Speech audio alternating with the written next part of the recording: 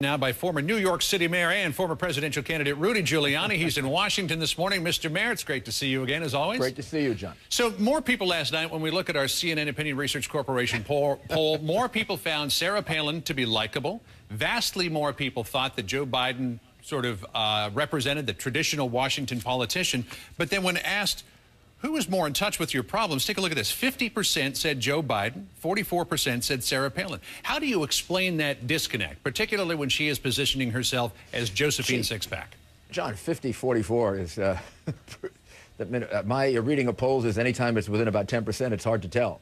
So I think that, honestly, both of them did a good job, but given the way that Sarah Palin came into that debate, all the questions that were being raised, all the attacks, I think any fair-minded person has to come away kind of amazed at the good job that she did.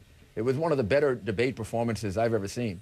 And, I mean, she showed herself knowledgeable on the issues, capable of handling just any issue thrown at her. And I think she reaffirms John McCain's judgment that she would be an excellent vice president. Many observers believe that she avoided directly answering the questions. She was very light on policy, and by most accounts, Joe Biden won the debate. Would you agree with that? No, I don't think she was light on policy at all. I think she gave very detailed answers. Sure, she tried to give the answers that she wanted to give. Every debate I ever participated in, I was trained to do that. And so did Joe Biden. Joe Biden avoided half the questions he was asked.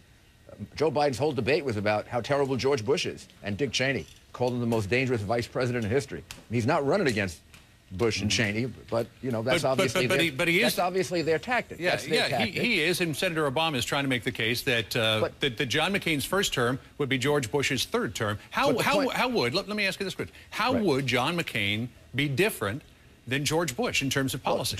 Well, for example, John McCain had a totally different view of the war in Iraq than George Bush. John McCain was the first person. They're in lockstep now.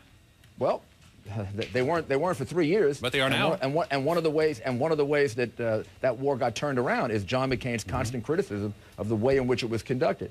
They have different views on They've had different views on campaign finance reform, on taxation. Probably John McCain, for a Republican senator. How are they different on taxation? Because Senator McCain wants to extend the Bush tax cuts, and he also wants to add tax cuts of his own. He wants to reduce the corporate tax.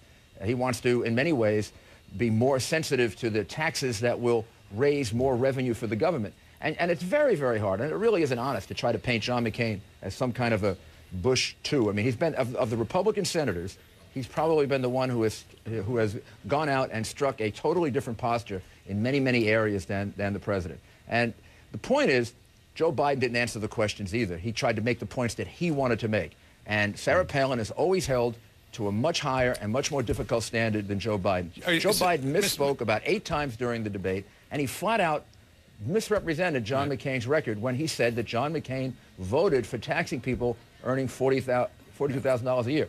Joe Biden voted for that. John McCain did not. Mr. Mayor, let me ask you if I could. You have repeatedly said, and I saw in an earlier interview with you this morning, you said that you have full confidence that she could step into the role of being president of the United States if, God forbid, she had to. You ran for the job.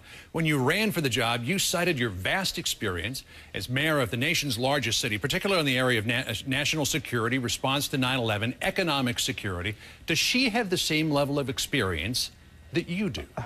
You know, John, of all the people on the ticket, including my good friend John McCain, she has the most executive experience. But does she have the same level of experience as you? Well, everybody has different experiences. I don't understand energy to the extent that Sarah Palin did. I mean, Sarah Palin has her own set of experiences, but nobody's perfect. There are always pluses and minuses. Everyone. But in her case, she has the most executive experience of anyone on that ticket. But as a mayor of New York, did you have more experience than she does? I had different experience. She has the experience of what it's like to govern a small town. Small towns make up a tremendous amount of America. I know the Eastern media sometimes has trouble relating to small towns, but they make up a very big part of the United States. She runs a state that's at the core of our energy problems right now. So she's had her experiences. I had mine. John has his. We all have different experiences. But of the people running right now, she has the most executive experience. And I think it showed last night.